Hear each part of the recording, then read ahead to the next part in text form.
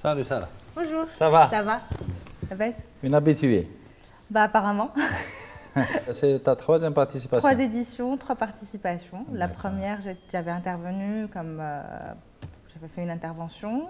La deuxième, j'avais modéré la journée social media. Et la troisième, je l'ai organisée. D'accord. Justement, parlons de social media. Pourquoi c'était important d'organiser aujourd'hui une... Alors, c'était très important. Bon, je ne l'ai pas organisé seule, je l'ai organisé avec mon binôme, Adi Lara. C'était important de pouvoir démocratiser ce métier, de pouvoir en parler et de dire que c'est un métier à part entière avec des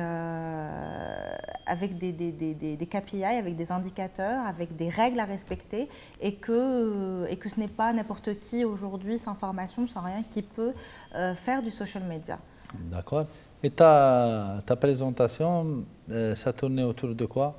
Alors moi, j'ai parlé de stratégie social media, plus précisément comment optimiser une stratégie social media. On avait parlé de KPI, d'indicateurs. Bon, on est resté dans des généralités, bien sûr, parce qu'après, ça reste au cas par cas par rapport à chaque marque et chaque campagne.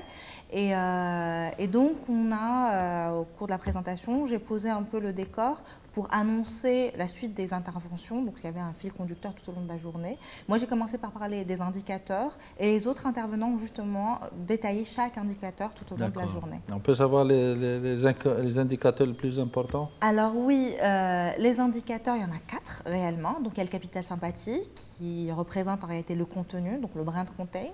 Donc, on a eu après une conférence sur ça qui a été très bien détaillée par Kalemi Elmech. On a parlé ensuite, le deuxième indicateur qui est le plus important car c'est c'est l'indicateur de bonne santé d'une marque sur les réseaux sociaux, c'est l'engagement, donc c'est les interactions entre les fans et la marque. Le troisième qui est la fréquence, donc la régularité, de pouvoir être assez régulier sur les réseaux sociaux, sans pour autant être dans du quotidien, on n'en est pas là. Il en parlait Samer aussi. Et le troisième indicateur qui est la communauté, c'est-à-dire avoir une communauté de vrais fans. Et non pas, ce n'est pas une course aux fans, mais de véritables fans pour sa marque. D'accord. Est-ce qu'on peut dire que ces indicateurs existent et sont utilisés par nos internautes, nos Facebookers et les entreprises? C'est en fait les indicateurs qu'on propose aujourd'hui, c'est à titre, c'est pour pouvoir juger si ce qu'on est en train de faire aujourd'hui est bon ou pas. Donc oui, ils sont utilisés. Moi, que je travaille avec mes clients, c'est des choses que j'utilise automatiquement, qui sont chiffrées aussi la plupart du temps. Parce qu'un annonceur aujourd'hui, c'est un métier qui est tout nouveau, qui n'existait pas. Et ils ont besoin de chiffres pour pouvoir trouver un juste équilibre, pour pouvoir justifier et d'avoir un retour sur investissement. Donc oui, il est utilisé par l'internaute lambda. Il n'a pas besoin d'aller de se spécialiser, d'aller autant dans les détails. Mais ça reste aussi important pour un blogueur, par exemple, de pouvoir compter sur son engagement pour voir si son billet ou ce qu'il vient de publier est important, est-ce qu'il plaît. Donc ça se voit via l'engagement. Le capital sympathie, c'est ce qu'il va proposer aussi. La communauté, c'est ce qu'il va avoir. Et la régularité, donc quand on est un blogueur par exemple, on s'attend, enfin moi en tant que consommatrice de ce qu'il fait, je m'attends quand même à avoir un billet par semaine. Donc oui, c'est pas aussi professionnel, mais ça reste très important pour faire une stratégie social media. D'accord.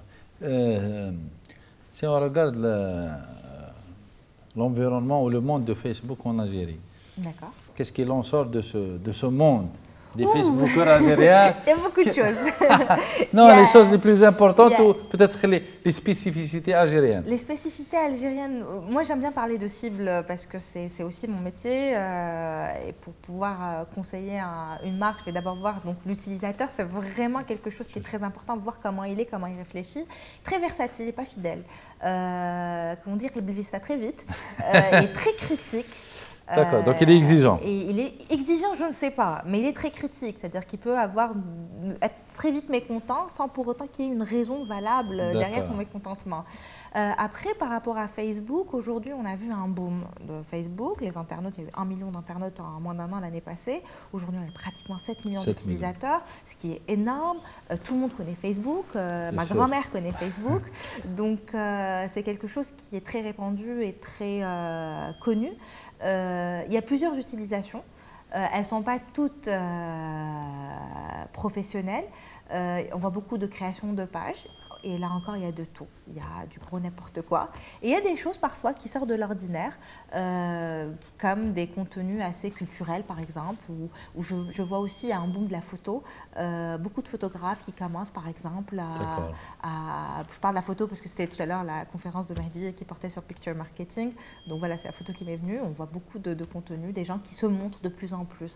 En fait, par rapport au contenu hors marque, on est un peu dans une logique de starisation, d'ailleurs j'en parlais tout à l'heure. Une logique de starisation, donc on cherche à devenir la star. D'accord, de faire le buzz.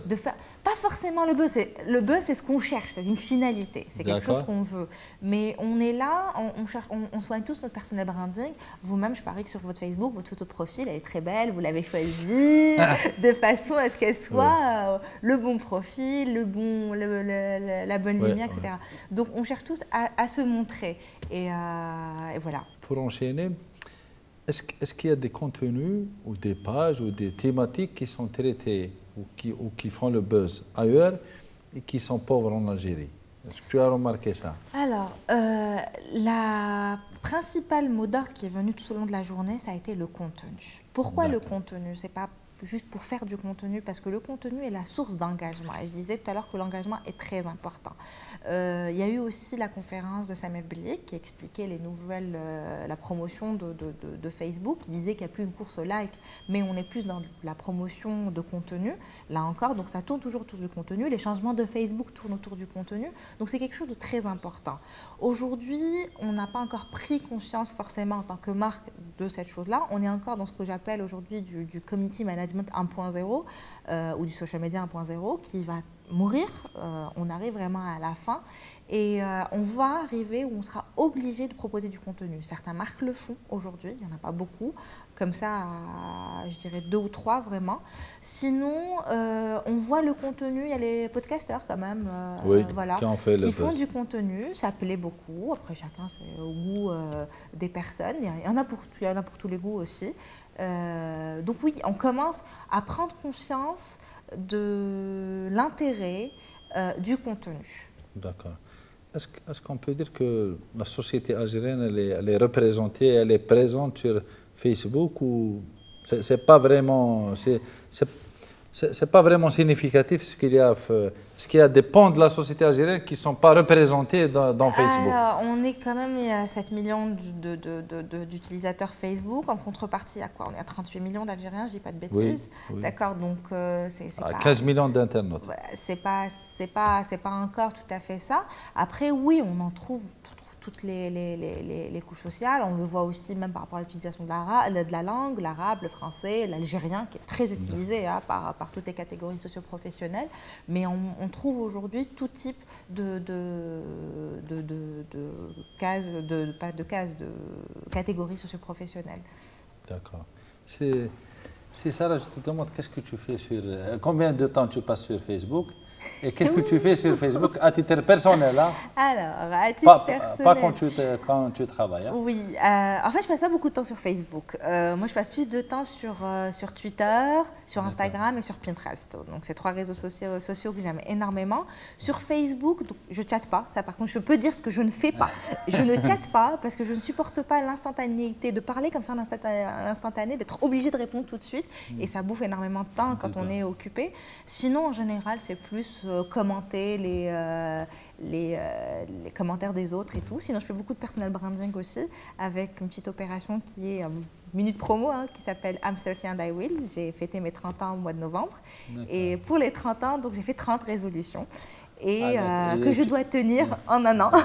La plus importante Il n'y a pas de... La plus importante, je pense que c'est la... S'il y a une plus importante, c'est la création d'une entreprise, d'une start-up.